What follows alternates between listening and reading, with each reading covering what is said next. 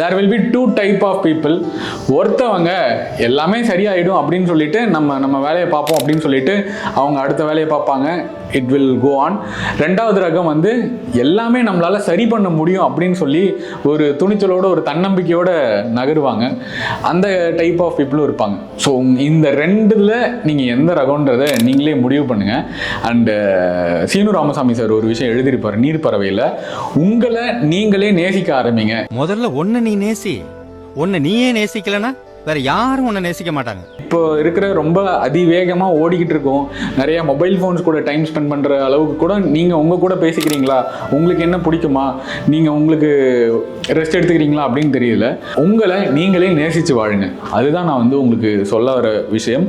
தாஜ்மஹாலில் இருக்கிற பாட்டெலாம் எனக்கு ரொம்ப பிடிக்கும் சார். இப்போவுமே வந்து அந்த ஏச்சி எலுமிச்சி, திருப்பாச்சி அருவாலை, அப்புறம் வந்து குளிருது பாட்டை பற்றி சொன்னோம். குளிருது பாட்டு ஷூட் பண்ணுறப்பவே வந்து ஸோ நிறைய மாண்டேஜஸாக இருக்கும்.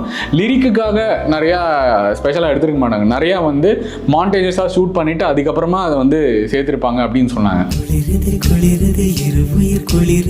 சார் இதெல்லாம் நீங்கள் எனக்கு வீடியோவாக ஒரு நாள் கண்டிப்பாக இன்டர்வியூவில் கொடுக்கணும் அப்படின்னு சொல்லி பேசியிருந்தேன். நான் கண்டிப்பாக ஒரு நாள் உங்களோட பேசுகிறேன் தம்பி, நம்ம ஒரு நாள் மீட் பண்ணலான்னு சொன்னார். பட் இப்போது அவர் இல்லை. பட் இருந்தாலும் I always have a huge respect for this man. நான் ஏன் தெலுங்கு கற்றுக்கிட்டேன் தெரியுமா? என் மேலே ஆசை. எவ்வளோ பெரிய ஸ்டார் அவர்லாம். அவர் எனக்கு வந்து ஃபோன் பண்ணணும், அப்ரிஷியேட் பண்ணணும்னு அவசியமே கிடையாது. But he appreciated. ஸோ அவர் ஃபோன் கால் பண்ணதுமே வந்து அவரை பற்றி நான் பேசலை, நிறையா வந்து அவருடைய டேரக்டரை பற்றி தான் பேசினேன்.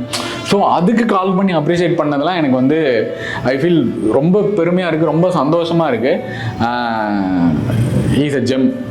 இப்போ நான் தனி லவ் மீ.